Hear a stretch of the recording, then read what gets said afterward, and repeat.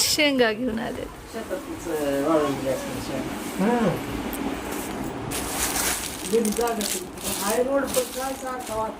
बैठली का जवळ मोडत नाही का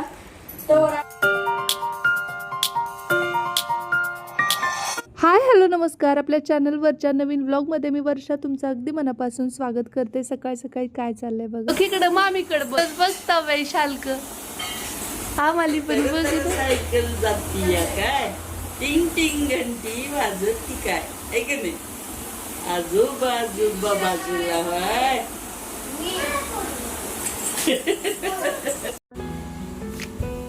बघ आलं बघ. चाललीस का? Bye bye bye bye. दादाला बाय करा, भैयाला बाय करा. दादा बाय. आम्ही चाललोय स्कूलला. Bye bye bye bye.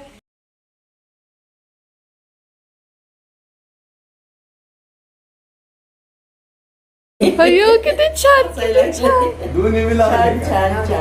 तर आज ना आमच्यात सुवासिनीचं आमंत्रण होतं आणि त्यासाठीच कुंकू आलेलं होतं. तर तेच वहिनी मला लावतायत. इव्हन शांभवीला सुद्धा त्यांनी ते लावलं. नाका पल्ले हाय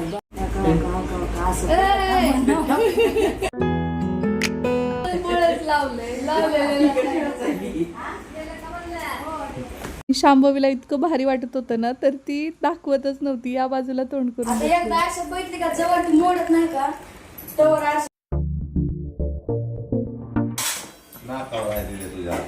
सुशीला सुशीला आम्ही विला काय सांगता येते कुणाचं काय होईल.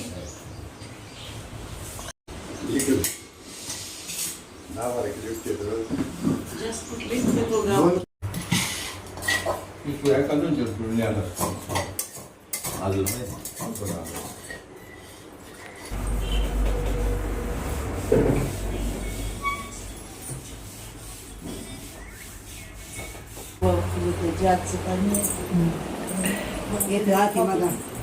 आले तात्या आजोबा आलेत. आपली आहे आपल्या दिवसाला कधी नाही. आपलीच आहे. शेंगा घेऊन आले. शेतातच वाळवली हाय रोड पण काय सारखा वाटतो. दोन रूम. आज ना माझे छोटे मामा आलेत घरी आणि ते येताना शेंगा घेऊन आलेत भुईमुंगाच्या त्यांच्या शेतातल्या. आणि त्यांच्यात ना मध्येच आता ओल्या शेंगा होत्या तेव्हा खूपदा त्यांनी बोलवलं, पण काही कारणास्तव ते जाणंच झालं. खरं सांगू ना, बहीण भावाच्या नात्याची सर कशालाच येत नाही. किती वय होऊ देत, पण हे प्रेम मात्र कायम टिकून राहते. बाय.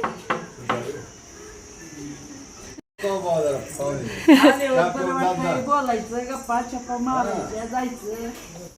हवेला निवांत बसले तर किती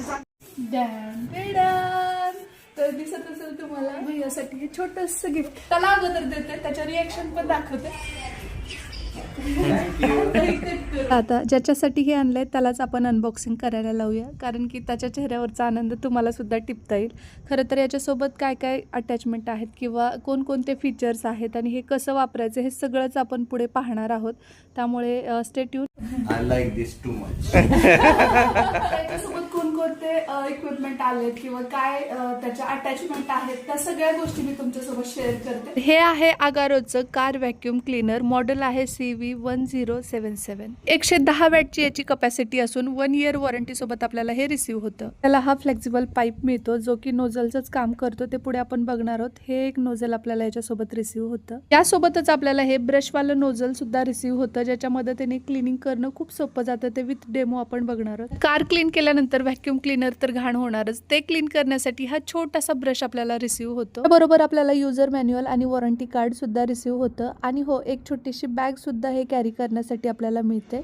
बघा, हे आहे कार व्हॅक्यूम क्लीनरचं मेन युनिट. याला धरण्यासाठी हँडल पण आहे. त्यासोबतच ऑन ऑफचं हे बटन दिलेलं आहे. या व्हॅक्यूम क्लीनर सोबत हे लांब लचक असं केबल रिसीव्ह होतं आणि केबलच्या शेवटला हे प्लग आहे. जसं आपण आपल्या कारमध्ये आपला मोबाईल फोन चार्जिंगला लावतो त्या ठिकाणीच आपल्याला हे प्लग बसवता येतं. त्याच्या बॅटरीमधून हे पॉवर घेतं आणि मगच आपल्या कारची ही क्लिनिंग करतं. याच्यावरती हे लाल बटन जे दिसतं ना, त्याला प्रेस केल्यानंतर हे इझिली आपल्याला डिटॅच करता येतं. आतमध्ये हे डस्ट फिल्टर असतं. हे ऍक्च्युली कसं काम करतं हे यूज करताना मी तुम्हाला नक्कीच दाखवेन. तर या बाजूला मॉडेल नेम आणि सिरियल नंबर वगैरे तुम्हाला पाहायला मिळेल. त्यासोबत एक वॉर्निंग सुद्धा दिलेली आहे. हे यूज करताना कंटिन्युअसली 10 मिनिटाच्या वर आपल्याला वापरायचं नाही, नाहीतर याची मोटर गरम होते आणि हे खराब होऊ शकतं. आणि 100 वॅट मोटर, त्याबरोबरच 2300 mAh बॅटरी आहे. त्यासोबतच 4 तास याला चार्जिंग केल्यानंतर 20 मिनिटापर्यंत आपल्याला कॉर्डलेस यूज करता येतं. त्याच्यासोबत जी छोटीशी बॅग दिली आहे ना, त्याच्यामध्ये हे सगळं साहित्य, सगळे अटॅचमेंट व्यवस्थित बसतात सुद्धा आणि हे कॅरी करणं सुद्धा खूप सोपं आहे. इझी टू ट्रॅव्हल आहे. हे प्रत्यक्ष कसं वापरायचं हे मी तुम्हाला दाखवते.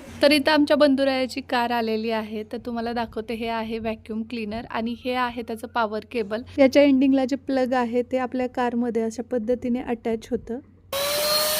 आतल्या बाजूने कारमध्ये किती डस्ट झाली आहे ते बिफोर तुम्ही पाहू शकता. आणि आता इथे ना हे जे नोझल रिसीव्ह झालंय ते व्हॅक्यूम क्लीनरला अटॅच करून अशा पद्धतीने हे क्लीन करतं. प्रत्येक काना कोपऱ्यात छोटी छोटी जी काही कण आहेत मातीचे, धुळीचे, ते सगळं इथे तुम्हाला क्लीन करता येतं. इव्हन ट्रॅव्हलिंगमध्ये तुमची लहान मुलं सोबत असतील, ती सतत काही ना काही खात असतात, तर त्यावेळी ना रॅपर तर आपण कॅरीबॅगमध्ये वगैरे घालतो, परंतु बऱ्याचदा जे कण साठतात अन्नाचे, तर ते सुद्धा हे क्लीन करतं. दुसरं ब्रशवालं जे नोझल आहे ते आपण इथे सेट करूया आणि लगेचच बघा किती लवकर हे डस्ट क्लीन करतं.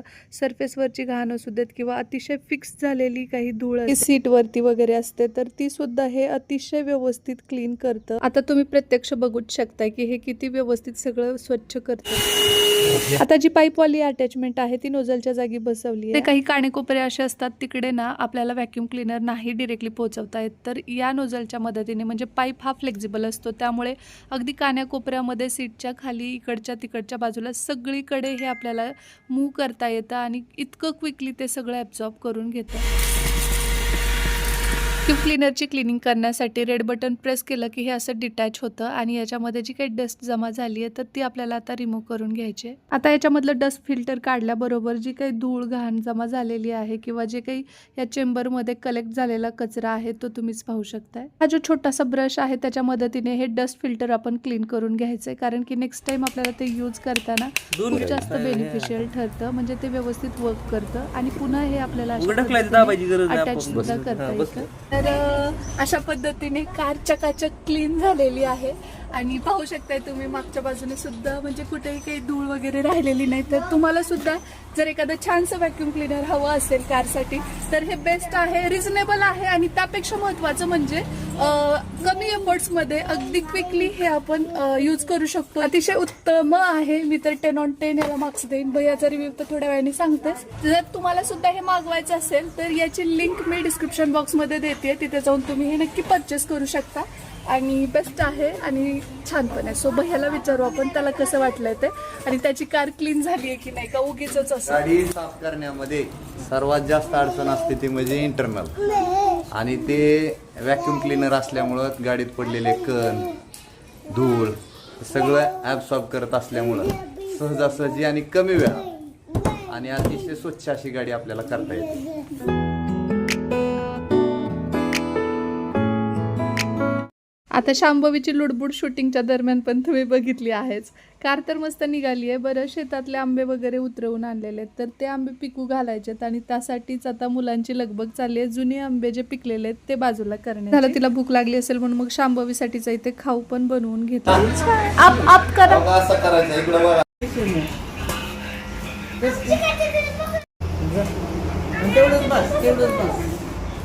तेवढे श्री लय जड न. तर ह्या आहेत ज्वारीच्या पापड्या. त्या उन्हाळ्यामध्ये छोट्याशा भुकेसाठी खूप कामी येतात. त्या फ्राय केल्यात आणि माझा ना चुलत भाऊ आलेला आहे, तर ती क्लिप पुढे जोडतो.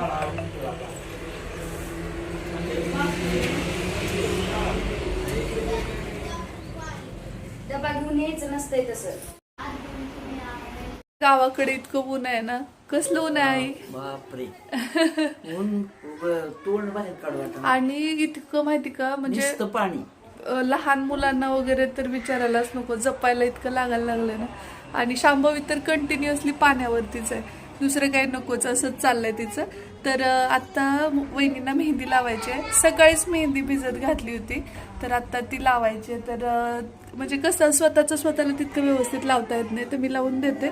आणि मुलं मात्र दंगा करतात तिकडे जेवायला बसले. इतका दंगा चालू आहे काय सांगू तुम्हाला. आणि आता इकडे ते लगीन घर साईडला आहे आमच्या, आणि आमच्याच घरात लगीन घरासारखं गोंधळ सुरू आहे. काय नुसता धिंगा धिंगा धिंगा. आणि शांभवीचं या घरातून त्या घरात, त्या घरातून त्या घरात असं चाललंय. पडलं तर बघा, खूप जणी विचारतात मला की वर्षा दादा नसल्यास तू कसं शूट करतेस काय. तर ह्या ट्रायपॉडच्या मदतीने मी शूट करते. म्हणजे सोपं पडतं की याला लावून ठेवला फोन आणि आपल्याला जे शूट घ्यायचं आहे ते फक्त एवढंच की जरा उठा ठेवा होतं, उठावं लागतं, बंद करा, चालू करा, पण छान शूट येतं, स्टेबल येतं. आणि अजून आता मुलांना सुट्ट्या झाल्यात त्यामुळे शौर्य आहे, चिकू आहे, श्री आहे, तर जास्त तर शौर्य छान व्यवस्थित घेतो. सो चला आता लावते ट्रायपॉड आणि करूया सुरुवात. असं तर बऱ्याच दिवसांपासून वहिनींचं चाललं होतं की केसांना मेहंदी लावायची आहे म्हणून, आणि त्यासाठीच मग ती भिजत वगैरे घातली होती. फक्त लोखंडाचं काही पॉट नसल्यामुळे त्यांनी ते जे स्टीलचं भांडं असतं त्याच्यात भिजत घातली होती. आता काही हँड ग्लोव्स वगैरे अवेलेबल नसल्यामुळे आम्ही देसी जुगाड करून कॅरी बॅग जे असतात ना तर त्या हाताला बांधल्यात, जेणेकरून हाताला मेहंदी लागू नये म्हणून.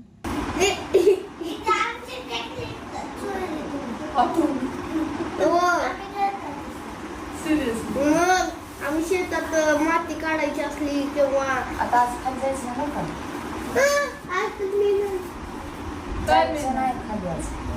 आळ बांधायचंय, आज आळ काढायचंय.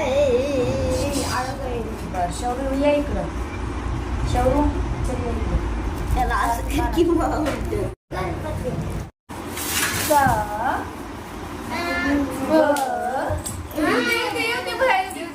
तिला सवय आहे काय दिले दाजू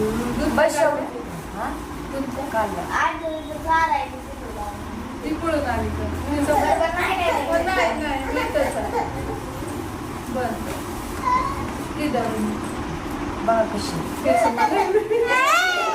ना. आमच्या इथे भाऊकीतलंच लग्न आहे आणि त्यामुळे मग थोडंसं असतं ना की आता निमित्त आहे काहीतरी, तर त्या निमित्ताने मग मेहंदी लावणं म्हणा किंवा फेशियल, थ्रेडिंग ह्या गोष्टी आपण जर असं जास्त काळजीपूर्वक करतो. ती एरवी कसं असतं की चला लावायचं म्हणून लावायचं, किंवा काही वेळा असंही असतं की काहीतरी कारणाची आपण वाट बघत असतो. स्पेशली सगळ्यांचं सगळं आवरून आपल्याला हे करायचं असतं, त्यामुळे मग आजचं उद्या, उद्याचं परवा असं चालढकल चालू असते. परंतु आज फायनली मुहूर्त लागला आहे आणि त्यामुळे मग आता इथे मेहंदी लावते मी वहिनींना. आणि मेहंदी लावण्यासाठी ना मेहंदी भिजत घालताना खूप व्यवस्थित काळजी घ्यायला पाहिजे. मेन म्हणजे लोखंडाच्या भांड्यात ती भिजत घातली पाहिजे. दुसरी गोष्ट म्हणजे त्याच्यामध्ये जे इन्ग्रेडियंट आपण टाकतो ना तर ते कोणकोणते असायला हवेत. त्यामध्ये बेसिकली जी मेहंदी आहे ती ऑर्गॅनिक असली पाहिजे, त्याच्यामध्ये केमिकल नसायला हवं. दुसरी गोष्ट आवळा पावडर असते, त्यामध्येच आपण स्प्राउटेड मेथी दाणा टाकू शकतो, कोरफडीचा गर, आणि जे काही म्हणजे आपल्या केसांसाठी हेल्दी जडीबुटी आहेत ना, ज्याच्यामध्ये सगळ्यात महत्त्वाचं म्हणजे आपल्या जास्वंदाची फुलं,